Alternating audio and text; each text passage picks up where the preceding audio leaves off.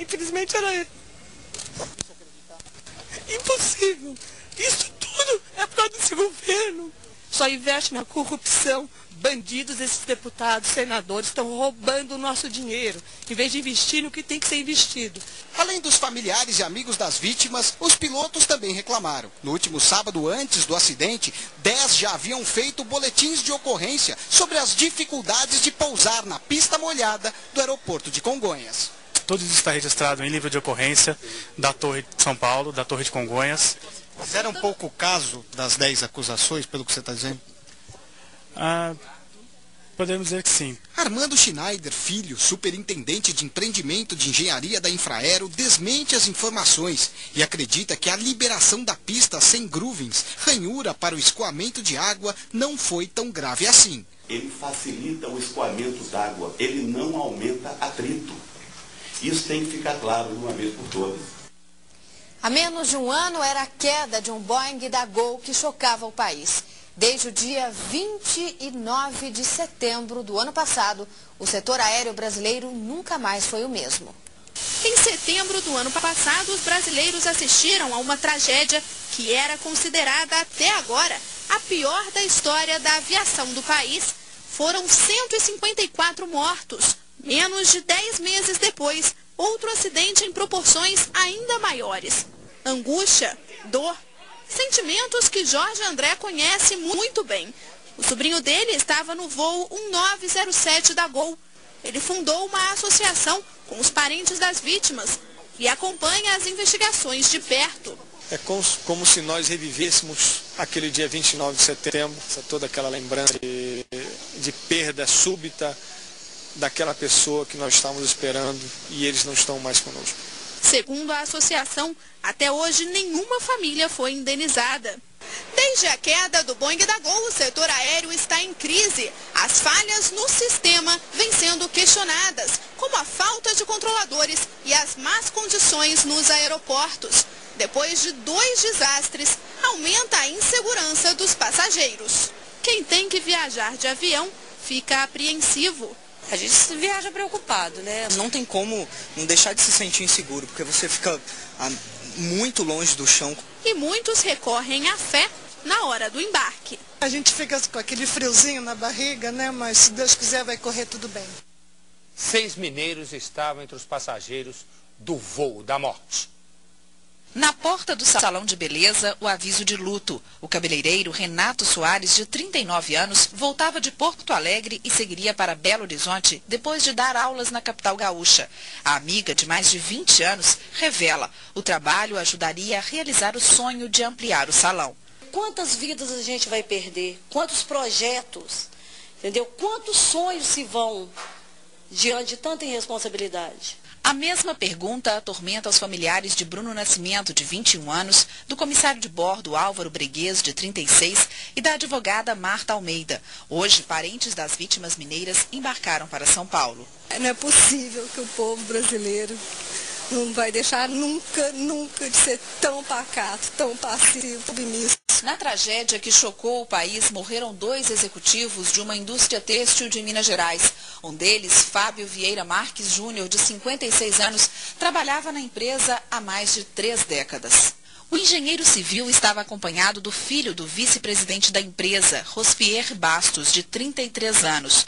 Os compromissos de trabalho terminaram mais cedo e os 2 anteciparam a volta para casa. Não sei se estava tratado isso seria uma coisa já predestinada. E foi uma mudança de planos que livrou da morte esse empresário. Ele tentou embarcar por 2 vezes no avião que caiu em Congonhas. Infelizmente a história terminou bem, né? Ao contrário desse monte de gente que infelizmente não teve o mesmo final. Líderes mundiais enviaram mensagem de pêsames ao presidente Lula. O Papa Bento XVI enviou telegrama em português, no qual se diz consternado pelo desastre. Ele lembrou a visita ao Brasil e pediu a Deus que dê força e conforto para feridos, familiares e todos os atingidos pela tragédia. A primeira mensagem de pesar, logo depois do acidente, veio do presidente argentino Néstor Kirchner, que ligou para Lula. Também por telefone, a presidente do Chile, Michelle Bachelet, e o rei da Espanha, Juan Carlos, expressaram solidariedade. O presidente da China, Hu Jintao, mandou mensagem em nome do governo e do povo chinês, manifestando profundas condolências pelas vítimas e solidariedade aos parentes dos mortos, ao governo e ao povo brasileiro. O sistema aéreo brasileiro é criticado pelo mundo. Os principais jornais internacionais relacionam o acidente da TAM à falta de estrutura do sistema de aviação brasileiro. A rede de TV CNN chegou a interromper a programação para mostrar o acidente, o que só ocorre em grandes tragédias. A tragédia é o principal destaque da americana CNN na internet. A matéria diz que o piloto tentou abortar a aterrissagem. O The New York Times lembra que em fevereiro grandes aviões, incluindo o Airbus, foram proibidos de pouso e decolagem em Congonhas por causa da falta de segurança. No site do britânico The Guardian, os detalhes do acidente e o jornal também lembra dos perigos da pista de Congonhas. O Le Monde da França traz no título a vinda dos investigadores europeus para o Brasil. Eles são especializados em Airbus. No Reino Unido, o Financial Times informa que o segundo grave acidente da aviação brasileira em menos de um ano levanta sérias suspeitas sobre a administração aeroportuária do país. Já o argentino La Nación diz que foi a pior tragédia aérea da América Latina e que o presidente Lula ordenou uma investigação severa. Mas o problema não aconteceu só no Brasil. Na Colômbia, um avião foi parar no mar. Muita gente foi hoje à praia ao lado do aeroporto de Santa Marta, no norte da Colômbia, para ver o E-Jet 190 da Embraer pousado na areia. Ontem, o avião da companhia Aero República derrapou na pista no momento do pouso.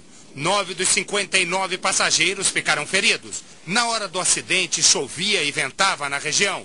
Técnicos da Embraer vão acompanhar as investigações colombianas.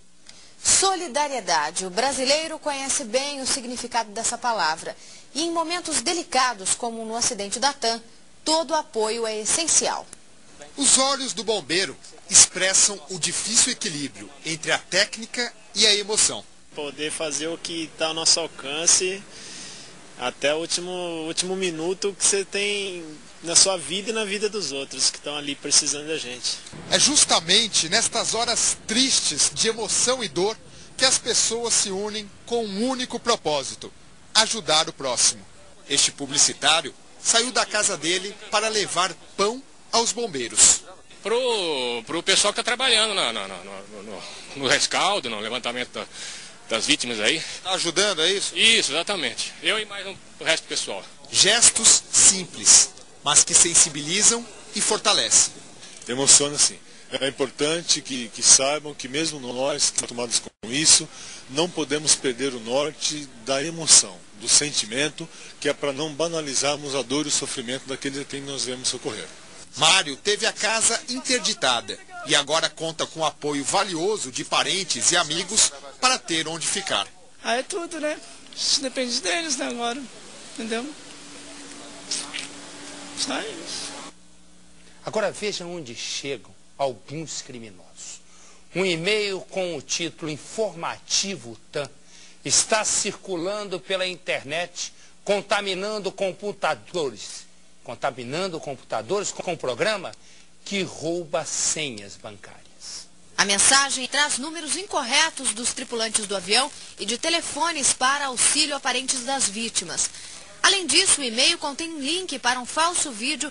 Ao clicar nele, um programa conhecido como Cavalo de Troia se instala no computador do usuário e libera a entrada de um invasor que rastreia e rouba dados e senhas bancárias.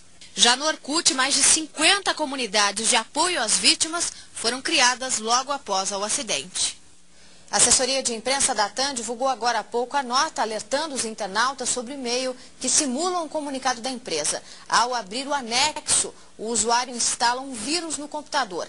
A empresa esclarece que todas as informações sobre a empresa e o acidente estão no site www.tam.com.br. Um esquema especial foi montado no aeroporto de Congonhas para atender amigos e parentes das vítimas. O pavilhão das autoridades no aeroporto de Congonhas foi transformado num centro de apoio de parentes das vítimas. Lá dentro, médicos, psicólogos e peritos. Receber os parentes das vítimas, a documentação que eles têm trazido necessárias para a ajuda da identificação dos corpos. Em vans, carros e ônibus, familiares chegaram durante todo o dia.